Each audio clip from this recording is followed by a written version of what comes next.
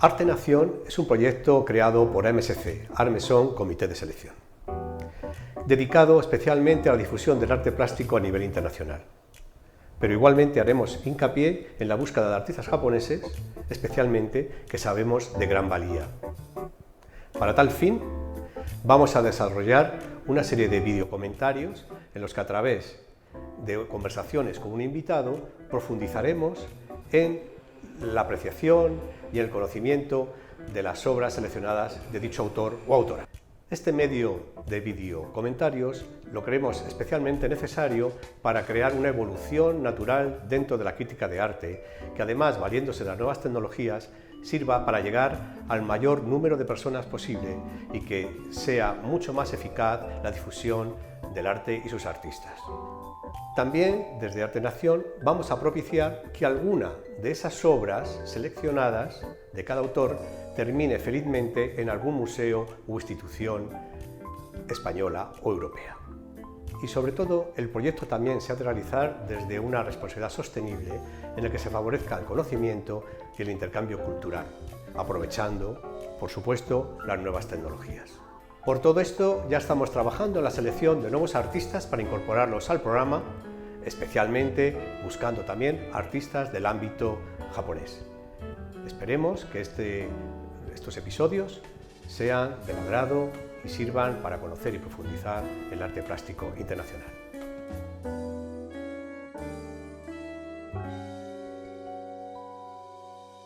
Buenas tardes, Alejandra. Muy buenas tardes. Gracias por estar aquí conmigo de nuevo para encarar unos nuevos capítulos de Arte Nación.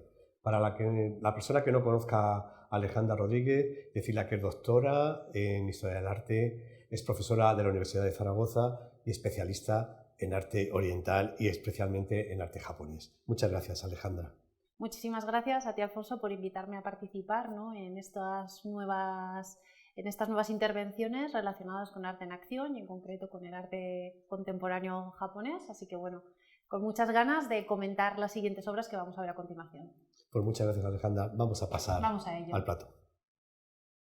Buenas tardes, Alejandra. Muy buenas tardes. Muchas gracias por estar aquí conmigo de nuevo en estos mini capítulos de Arte Nación. En esta ocasión para hablar de la obra de una artista japonesa, Sakiko Yanagisawa, que es especialista en arte caligráfico. Sabemos que comenzó con muy temprana edad a usar los pinceles, como la mayoría, ¿no?, o como todos los niños en Japón, pero tras ingresar en la universidad se especializó especialmente en literatura japonesa.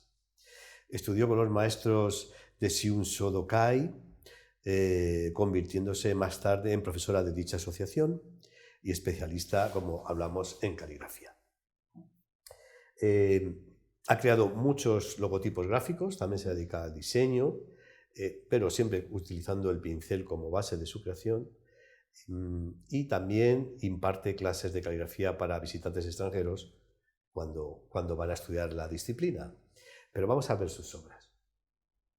Mira, aquí tenemos la primera, de título Nami, Olas, tinta china, papel swan. Aquí vemos cómo dialogó la autora con los materiales para crear esta imagen claramente. ¿Qué podemos comentar de la centralidad de la mancha y de la proporcionalidad con el blanco que ha reservado? Es decir, es como una gran composición concentrada, ¿no?, en un punto que es el kanji de la ola. Esta pieza es espectacular, o sea, aquí la verdad que Sakiko Yanagisawa ha hecho un trabajo, a mi modo de ver, espléndido por ese equilibrio que consigue concentrar todo, ¿no?, en la parte central, pero aún así le da aire, ¿no?, ese aire de nuevo con el papel, con el washi, con los blancos, como ese vacío y ese lleno, y además, ¿no? hay como pequeñas y deja olas. deja esa ola, ¿no?, deja esa mancha que tanto tiene que ver con el título que ha elegido para la misma. Y siendo además, bueno, ella es una gran conocedora de las artes del pincel, es calígrafa por un lado, estudió, como bien has comentado, literatura, y trabaja en el diseño, es decir, en esta parte más creativa relacionada también con la pintura, con lo cual maneja y conoce a la perfección las tres artes del pincel y se puede ver reflejado aquí. Podría ser incluso una marca, ¿no? O un logo esta misma de una ola, de alguna marca, un elemento puesto. Entonces, la verdad que yo creo que es una pieza muy conseguida y muy proporcionada con esa mezcla, ¿no? Entre los blancos y los negros, y lo que dices, como esa espumosidad, ¿no? Que de repente queda diluida y parece incluso salirse, ¿no? Y Sí, continuar el propio kanji arriba, la parte alta, ¿no? Pues ahí parece Eso como es, que quiere saltar, ¿no? Quiere saltar como una ola, ¿no? como una ola. Sí, Eso es, la verdad es que sí. sí, sí, muy entrañable la pieza de lo que estamos comentando. Mira, aquí tenemos una segunda obra de Yanagisawa de título Bosque. Aquí también podemos tener un ejemplo de lo que se puede crear a partir de un kanji sencillo como es la palabra bosque, ¿no? Porque ha recreado como una especie de arboleda, ¿no? Es decir, una especie de grupo de cosas que están vivas, algo que hay que está vivo, ¿no? ¿Qué podemos comentar sobre esa sensación orgánica que ha sabido conformar a través del concepto sencillo y la tinta? Como bien comentabas, es decir, a partir del kanji de árbol, ¿no? Y la multiplicidad que se genera el de bosque, mori, bueno, los podía haber colocado de una manera que sí que bien es cierto que este kanji en concreto da la sensación figurativa, por así decirlo, a nuestra vista de poder ver un bosque, ¿no? O una especie de algo que nos puede recordar a un Algo árbol. que crece, Algo que crece. algo que está Pero orgánico. lo cierto que bien comentas es eso mismo, ¿no? Que parece que hay un movimiento, que hay una agitación. Entonces, en este caso, el shodo, con la dificultad que puede tener incluso para los occidentales, aquí nos facilita porque vemos que algo está vivo, que algo se está dando, que es múltiple y que nos recuerda a ese aspecto, ¿no? De que algo crece. Y entonces nos genera una mayor facilidad para poder intuir de qué se trata, ¿no? O ese algo grupal. Creo que tiene una gran habilidad esta autora para, a través de la tinta, generar, ¿no? Esa atmósfera que nos pueda hacer pensar de qué se trata en concreto cada uno de los kanji que ha situado, que ha localizado y lo que quiere contar a partir de estos. Sí, tú has dicho la palabra grupal y es que justamente el aspecto que da, el primer impacto que crea, ¿no? Para cualquier persona, sea de la civilización que sea. Eso es. Porque sí que se ve un grupo de algo, un grupo Sí. de cosas. En este caso, evidentemente, de árboles para crear el bosque.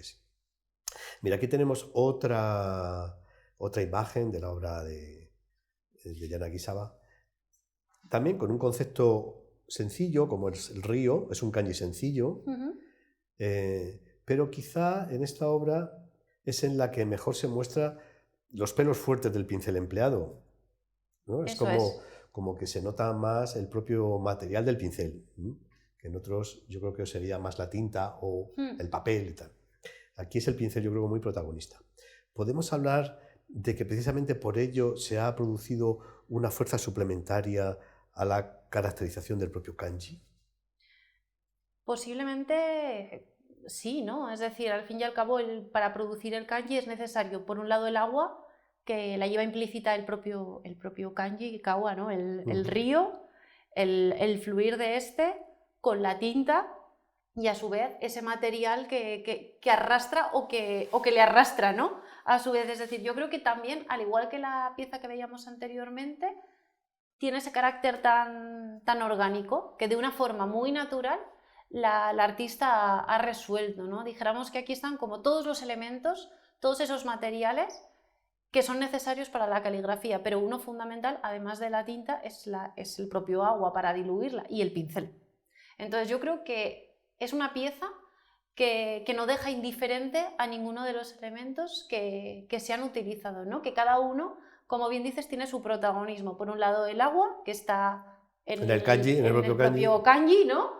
Por otro lado la tinta, los blancos, los vacíos, la luz, ¿no? Que también se ven en esos incluso reflejos, ¿no? Parece que de vez en cuando hay en el propio agua, pero el pincel o ese resto de naturaleza o no sé, esas briznas que puede haber en el propio río, que también la herramienta del pincel va dejando, están también en el mismo. La verdad que una obra muy bonita, ¿no?